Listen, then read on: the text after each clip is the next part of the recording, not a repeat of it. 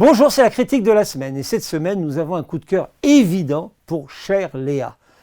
Parce que même si nous pouvons prendre plaisir à voir un film sans pour autant avoir recours à une identification à l'un des personnages, il n'est jamais neutre de pouvoir faire corps avec celui qui tient le récit dans ses mains, de la première à la dernière image, comme c'est le cas ici. Même s'il nous agace par moments, même quand nous ne validons pas ses choix, mais sa détermination butée nous touche, son insistance à braver les vents contraires nous émeut. Parce que si beaucoup de films parlent des désordres amoureux sur tous les tons et dans tous les contextes, si le sujet est évidemment inépuisable, peu savent le faire avec le doigté et la subtilité de Chère Léa, qui met en lumière les fondamentaux des peines de cœur qui existent depuis que l'homme est homme. Soyons politiquement corrects, depuis que la femme est femme et son compagnon est tout, mais qui expose aussi les subtiles variations en matière de comportement amoureux qui font toute la différence selon les époques et les lieux. Parce qu'enfin, Jérôme Bonnel nous fait entendre sa petite musique et que celle-ci est délicieuse entre toutes. Son film précédent, à 3 on y va, a déjà 6 ans d'âge. Un projet avorté, l'apparition inopportune d'un virus ont déréglé les horloges. Il était temps que ce cinéaste nous revienne. Mélange de fantaisie et de mélancolie, ces films nous sourient, mais ne cachent rien de la difficulté d'aimer, ce qui ne doit pas pour autant, pas une seconde, nous inciter à y renoncer. T'as une tête de cul? Bah moi aussi je suis heureux de te voir. J'ai mis toutes tes affaires sur le lit. T'as pas autre chose que ça, non? Non. Je l'ai quitté, tu sais. Laisse-moi y reviens plus. Vous auriez pas un stylo et du papier? L'avant-dernier film de Jérôme Bonnel, Le temps de l'aventure, racontait l'histoire d'une relation amoureuse circonscrite dans le temps, en l'occurrence une journée. Une histoire qui se forme. Ici, c'est une histoire qui se défait, que le film nous raconte, dans le même espace-temps. Même si l'on apprend que la rupture était consommée depuis 34 jours, une éternité quand on est en manque de quelqu'un. Même si la confirmation de cette rupture se clôt par une dernière étreinte. Mais l'extase n'est autre que le symptôme d'un moment, pas plus.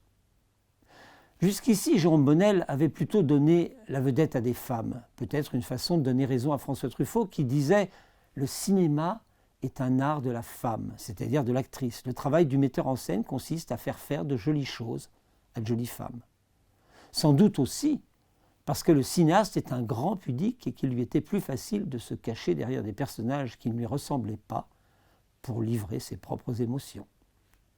C'est terminé. Le personnage de Jonas est en effet au centre du film, son épine dorsale. Il est incarné par Grégory Montel, qui obtient par la même occasion son premier rôle, ayant jusqu'ici plutôt marqué les esprits par sa participation au casting de la série 10%. Le personnage de Jonas n'est d'ailleurs pas sans lien avec celui de Gabriel, celui de la série, aussi bouillonnant que brouillonnant. Jérôme Bonnel lui a donné 2 partenaires qu'il connaissait mieux.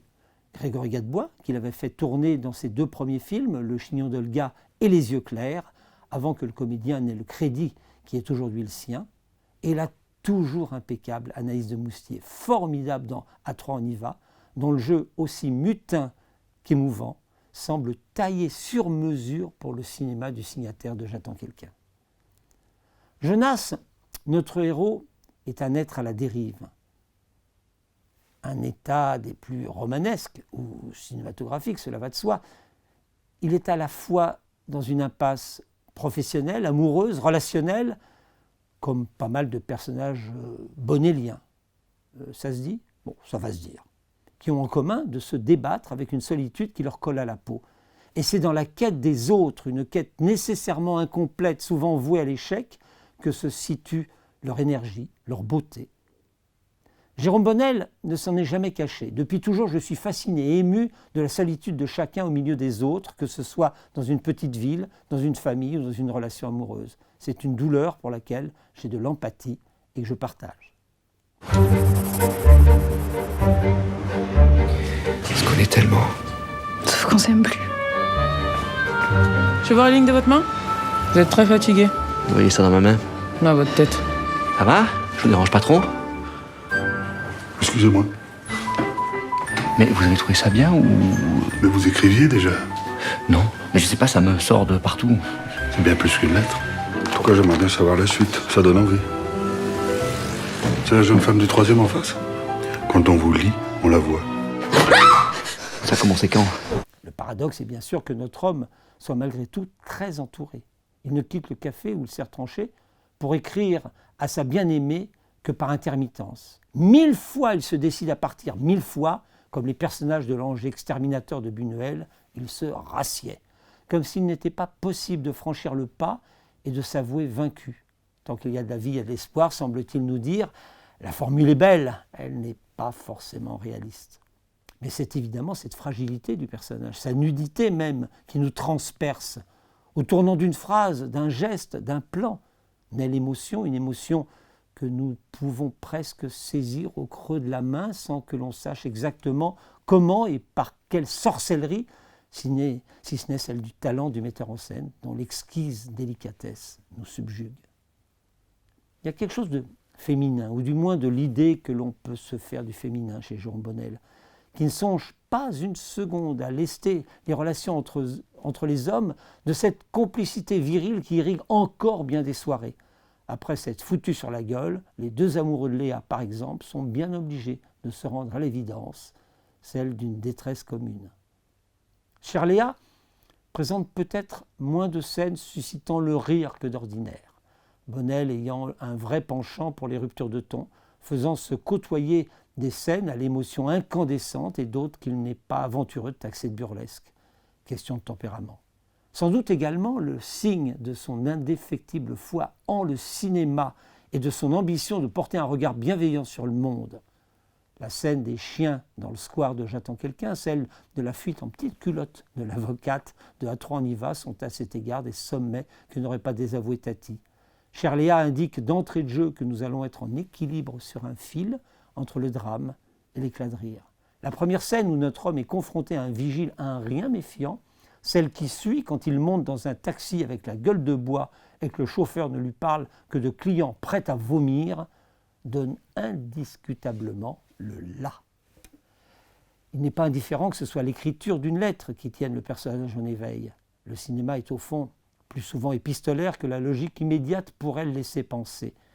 Une lettre demande que l'on pèse ses mots, un exercice d'autant plus difficile pour le personnage qu'il est le plus souvent éruptif. Mais les mots suscitent des pensées, des émotions qui sans doute ne seraient pas présentées autrement.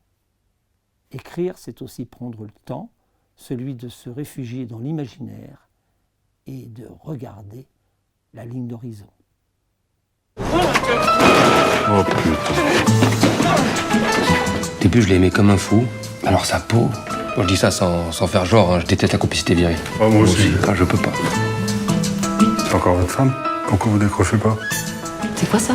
C'est rien, c'est une porte, ou presque. Tu sais très bien que tout ça, c'est pas qu'à cause d'elle. C'est vrai qu'elle est un peu jeune pour vous. Putain, mais qu'est-ce que ça veut dire, elle est un peu jeune Mais c'est quoi le problème? Mais qu'est-ce qu'on fout? Excusez-moi, je me sens pas très bien, là. J'ai un petit peu de tachycardie, là. Entre l'horizon de ses espérances et la tambouille de ses ruminations, Jonas est seul. Seul, mais entouré. Dans ce café qui est aussi un cocon, un lieu auquel le cinéma a régulièrement fait les yeux doux, depuis le café du Cadran où officiait Bernard Blier, jusqu'à celui d'un air de famille. Un cocon où une communauté se crée, à l'échelle d'un quartier, un quartier parisien, mais qui aurait mérité d'être provincial, comme c'est plus souvent le cas chez Jérôme Bonnel. Avec Grégory Gadebois en témoin bienveillant, en juge de paix, philosophe à la petite semaine qui ne peut que constater les désordres du monde, au centre d'un théâtre dont il serait le gérant, ce qui est aussi bien sûr la définition du cinéaste. Et votre lettre, vous allez lui donner? Je crois qu'il faut pas.